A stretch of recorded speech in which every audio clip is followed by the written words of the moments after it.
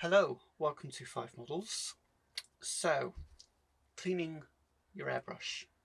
I just wanted to go over how my method for cleaning my airbrush.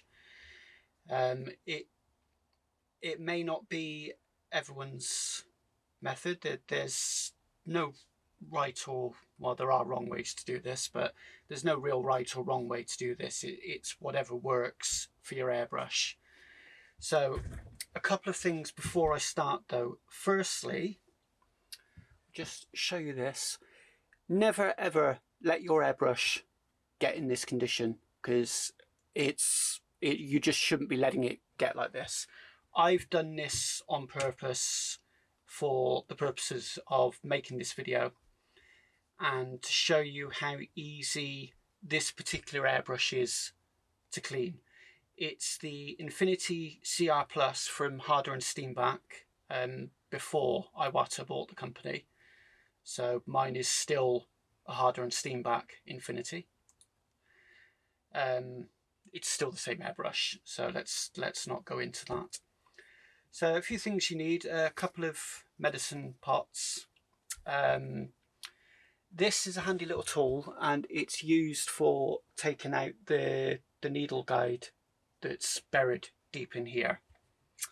And I've also got this little tool from Iwata, which is helpful for cleaning the nozzle. A couple of these little brushes these were actually from an Iwata kit. They're just for cleaning, getting in and cleaning it. Also, incidental brushes are really good for this as well. So the other thing I should mention is I use just plain automotive thinners for this. Now, you should not be using that on your airbrush if it doesn't have the hardened PTFE seals in it. That's the little white, they look like hard plastic. If you've got rubber seals in your airbrush, do not use automotive thinners like that, because it will just destroy them. It will make very, very short work of them. The only rubber seal on this airbrush that the thinners is likely to come into contact with is on the inside of the needle cap. So that I remove that before I clean. So all you need is, like I said, I've got some thinners, and I just fill these pots up with a little bit. One you don't need much in because it's for the smaller parts, and I'd use another one to rest the body itself in, which I will show you now. The one thing I do like about this airbrush is it's very easy to strip down completely. So take the cap off and the paint cup, just unscrew that to take the needle, to loosen the needle off, take the air cap off, unscrew the needle cap. This is another reason why you shouldn't let your airbrush get this dirty, because it gets quite difficult to remove things. So, and then just pop the needle out, set that aside because you'll need to clean that. Take the body out, which will also release, now that the needle's removed, will release the trigger, and you're left with that. That's where this tool comes in. So literally it just goes down. You see it's flat on one end, almost like a screwdriver. You just push that down until it engages, and then give it a twist. If you hold it up like this, it's not going to go flying because it'll just sit on the tool like so. So now you've got your body. The only rubber seals that are left in this are, there's two little seals that's in the air valve. The thinners will never come into contact with that, so I don't worry about that. I literally just leave that soaking in there in a pot while I clean everything else. Just make sure it doesn't tip over. So I had that happen before. So see, you've got the little rubber seal on that. That needs to come off, because if I just put that in thinners, it will just completely destroy that seal. So that just comes off. It can be a little bit tricky to get off. I've actually got the wrong tweezers for that. Obviously you've got to be careful doing this to make sure you don't snag it or snap it, but I have got a few spares anyway, just in case. So I've got that, set that aside. You don't want that coming into contact with thinners. That can just go in there to soak. The nozzle, again, can just go in there for a few minutes. Air cap can go in there, and the paint cup can just go in there. You do need lots of kitchen roll or similar for this. That doesn't really need soaking, but I'll pop it in anyway. This I don't tend to clean unless I need to, but again, this will all completely strip down and come apart. Again, you've got a rubber on there.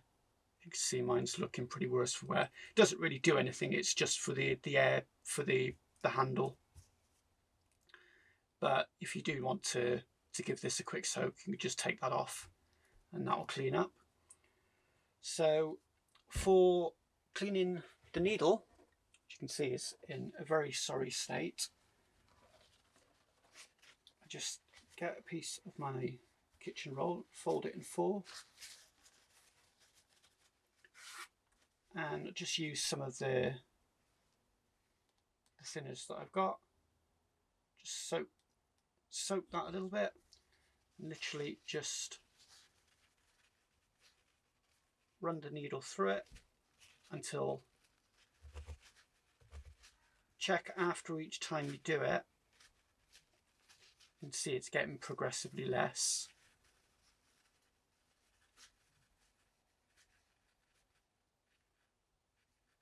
Some people do like to polish their needles as well. I've done it once or twice. It can be effective, but obviously you need to use a very, very fine polishing cloth to do it. See, that's still not clean. The trick with cleaning an airbrush is when you think it's clean, clean it a bit more. Especially with the needle, the nozzle. See, that's particularly nasty.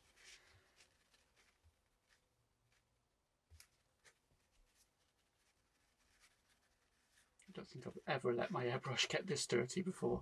Like I said, you should not. It's been really abused and you shouldn't do it, but the Infinity is such a tough airbrush. I do work mine pretty hard, and it's never ever let me down. So that's clean now. Careful you don't stab yourself because it hurts, believe me.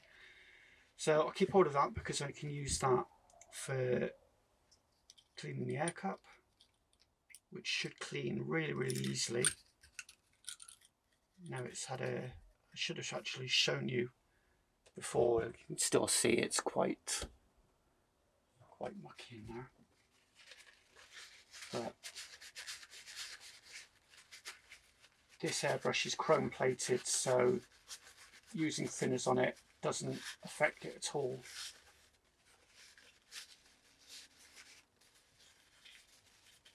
Just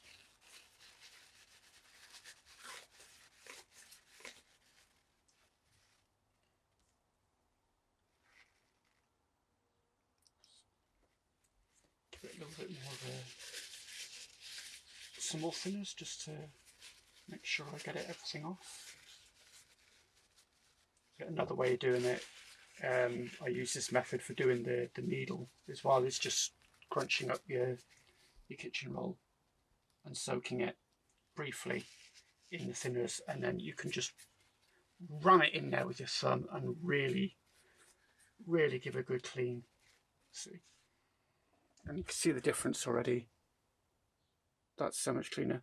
My airbrush is a few years old now, so some of the plating inside the paint cup has started to come off, but it doesn't affect the performance of the brush in the slightest. But I do think it's time for me to invest in another one. I've got two currently. I would like to have them set up for the three main needle sizes. I think there's 4 you can get for this brush. Actually, I think there's 0.6, 0.4, 0.2, and then a 1.5, a 0.15, I think. 1.5 now, 0.15. So air cup's done, paint cup's done rather. Again, just use the same. So, like I said, the trigger rarely would need cleaning unless you've had some sort of a paint explosion. But it's good to give it a one. The air cap does tend to get grubby.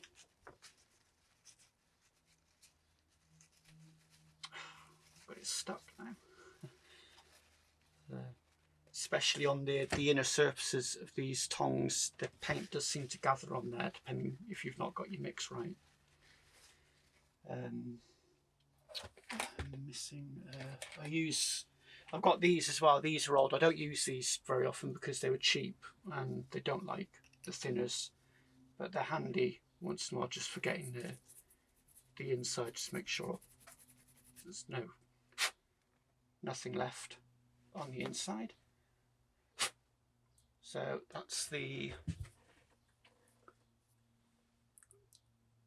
air cap done.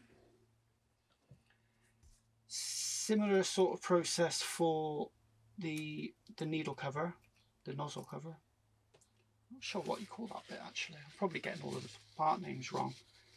I'm not great with terminology, I must admit. I know what I mean, I just don't always know the correct terms for them. Not without Googling anyway.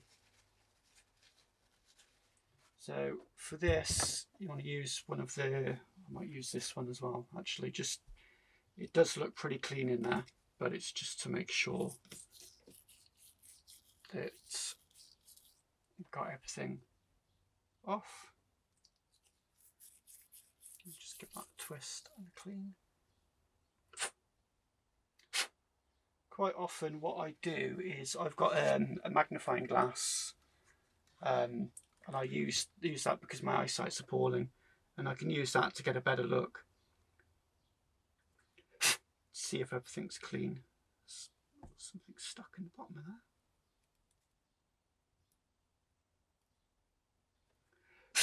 Not sure what that is.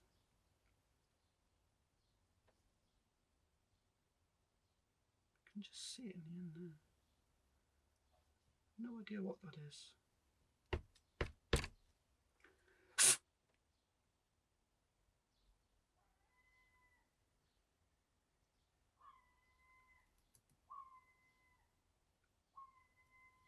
Oh, yeah, gunk.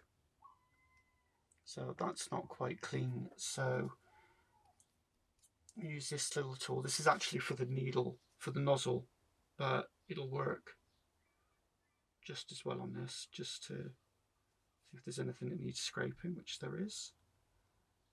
So it's like I said, you know, when your airbrush looks clean, clean it some more, because it's surprising. It's really stubborn in there. It's not normally like that. It's typical now I come to do a video about this. It works completely different from any other time. I'm just going to pop that back in there to soak for a bit more. Right, so the needle, the nozzle, good God. So that's been soaking for a while. What I do with this is you take your corner and just twist it into a point. It can be a little bit difficult to do sometimes if you've got smooth fingers. Just twist it into a point like so. Just make sure you can see that. And then you get your needle, your nozzle, and push that down as far in as you can get.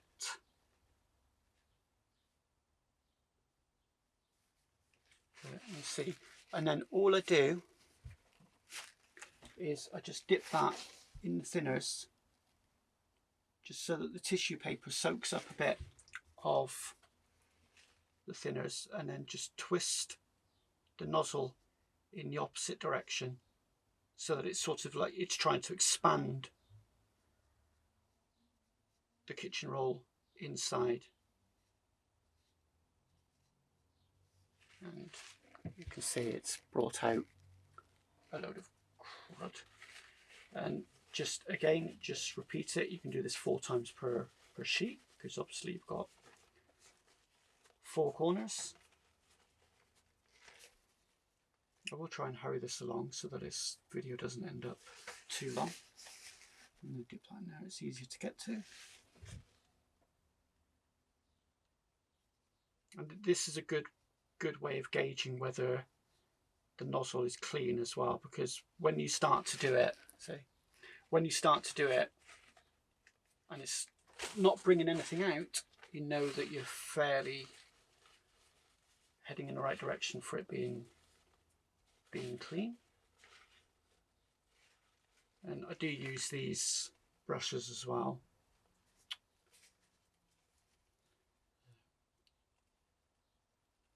Just carry on with this.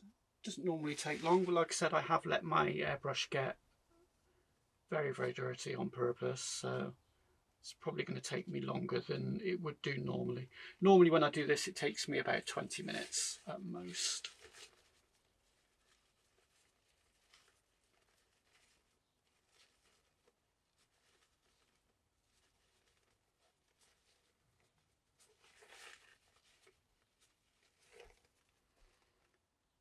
It's just a case of just doing this. I normally go through 2 sheets, 4 corners, 8 corners even for this.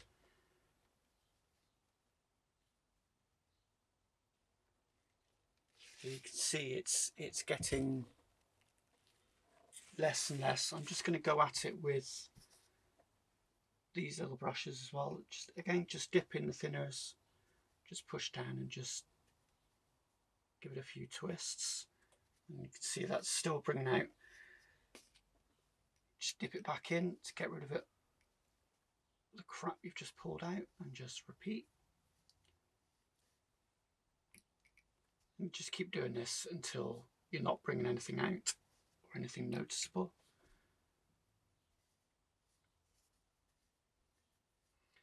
And then once you've got it so that you're not bringing anything out on this, you can then go back to, I'm going to need another sheet.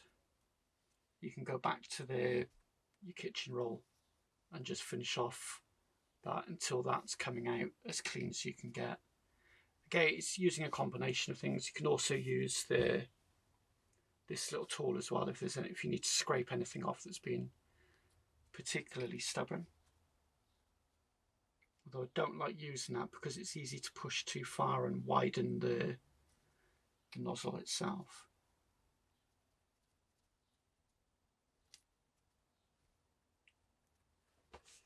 So I'm just going to grab another sheet of kitchen roll. And then same thing again. Hopefully this should be pretty much done. Pretty much done now.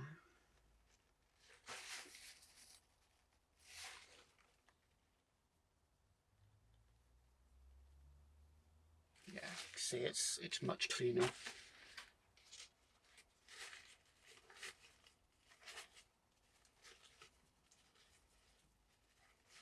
Some people like to use ultrasonic cleaners for their airbrush. I personally, it's not something I've ever tried, and probably not something I ever would try, because I just think the process takes a lot longer than just cleaning it manually.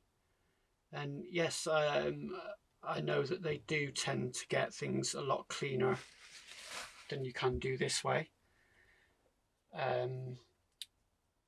But yeah, it's not something I've ever felt the need to get, or a process to use. Again, cleaning the needle cap now, same thing.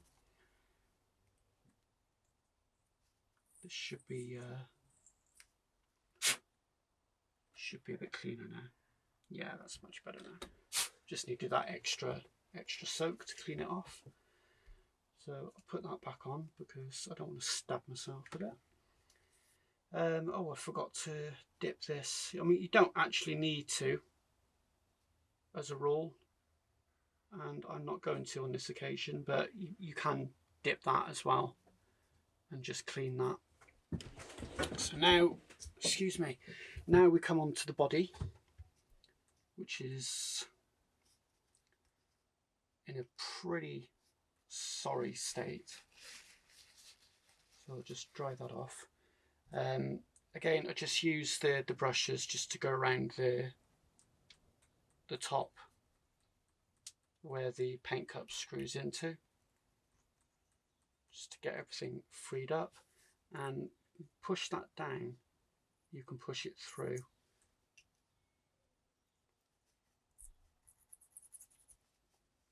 It's a good idea to pull it through because then you're not putting paint back, and that will also go right the way through. You can see it there.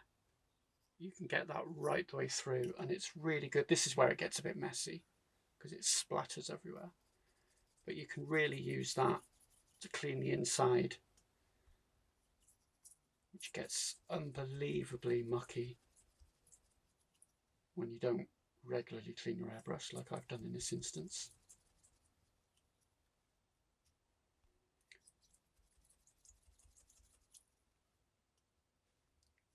You can use wider, larger ones as well if you want to put more pressure on the inside. I'm not going to need it because that's coming out. That's not bringing anything else out now. So, final touch for the body, the outside. Again, same as I did for the needle. Just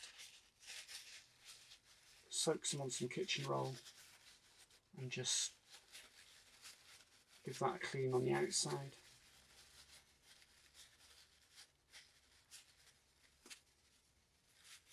And you can see how easily it cleans up. It comes up immaculate with very, very minimal effort. So that's all done, and it's just a case really now of putting everything back together. Just give it a final check just to make sure it is clean before. I didn't do the inside of that, did I? So again, just bunch up some kitchen roll, soak it, and then just push it down into the chamber and just give it a good squinch round just to make sure that there's nothing left.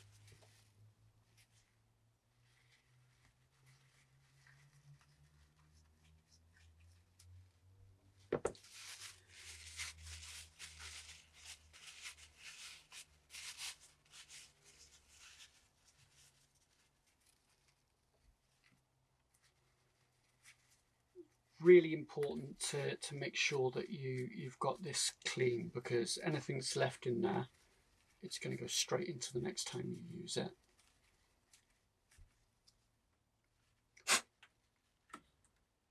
So that's looking pretty good.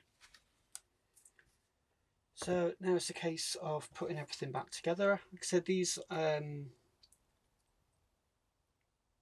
airbrushes are really, really easy to do. You do need to make sure when you do this bit that, see the edge of that hex nut, just make sure that's just pushed in to the body slightly. Otherwise, once you do it up, if it's not engaged, you won't be able to move the trigger. So that just gets screwed back in. The trigger's okay. So I put a little bit of I use Iwata lube for the needle. Now you want to try getting this on the forward section of the needle. You don't need much, just a few drops. Just put that through. Obviously you're going to get some as you pass it backwards, but just make sure you flush your airbrush out afterwards. You just pull that inside so that you can get the needle in. You can put the rubber back on the air cap because it will not seal and it will not airbrush. You'll get bubbles in your cup if that's not fitted. Pop the needle back in, the nozzle back in, and screw that on. It doesn't need to be over tight, just finger tight. When you flush this afterwards, if you do notice there are air bubbles, just tighten that up a little bit more, just back it off and retighten it, and it's all right. Just push the needle through until you feel resistance. Don't push it because you will damage the nozzle, and then tighten up the lock nut and just check that you've got smooth action, which I have. Oh, I didn't give that a wipe. You can give this a wipe down as well, even though it feels like it's plastic. The thinners won't harm it. Should really clean everything.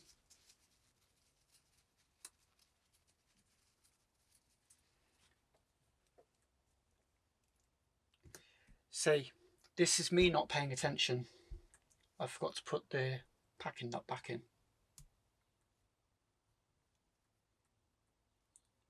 And that would have been a disaster if I tried to airbrush using that. Don't know why that's got stuck on there like that.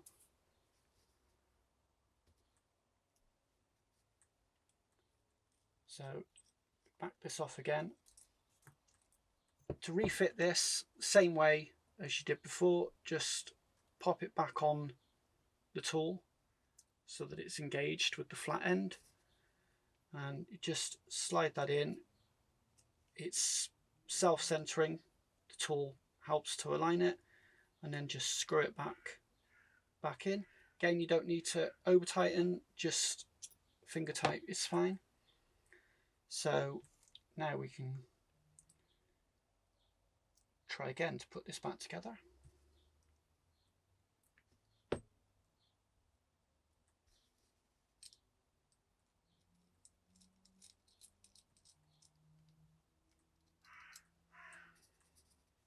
Basically just repeating what I've already done now. There we go, I felt resistance as I put it through then. Pop your nozzle back on.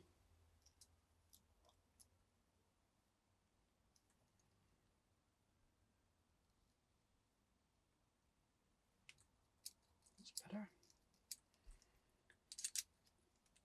Handle back on, and you've got your paint cup.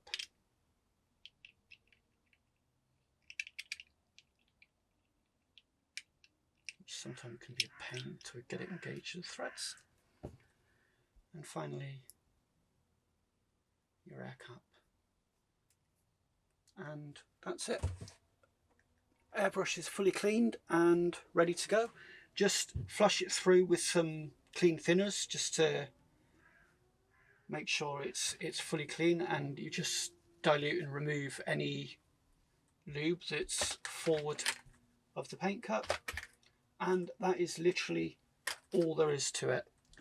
I do like these airbrushes, they are so easy to clean, and they just never give me any issues at all.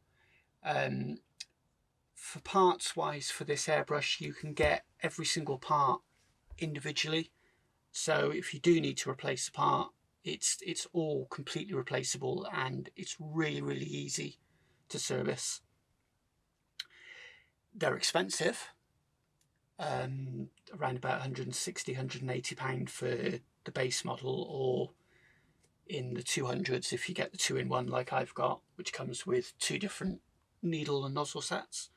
But they're absolutely brilliant airbrushes. I cannot praise them enough. So that's it for this video. I hope it helped.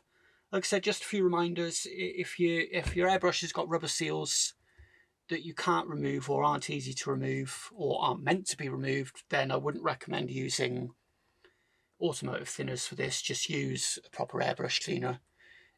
They're not as aggressive, so it might take a little bit more effort, but it's not going to destroy the seals in your airbrush either. Like I say, if your airbrush has got PTFE seals throughout, then the thinners won't harm it at all. This airbrush now is probably, must be about 4 years old now, and it still works as well as it did the day I bought it. Like I said, I have got a second one that I've got set up for a different nozzle size, just so I wasn't having to change nozzles all the time. I do want to get a third one as well, like I said. So thank you for watching, and I hope this helps, and I'll see you next time.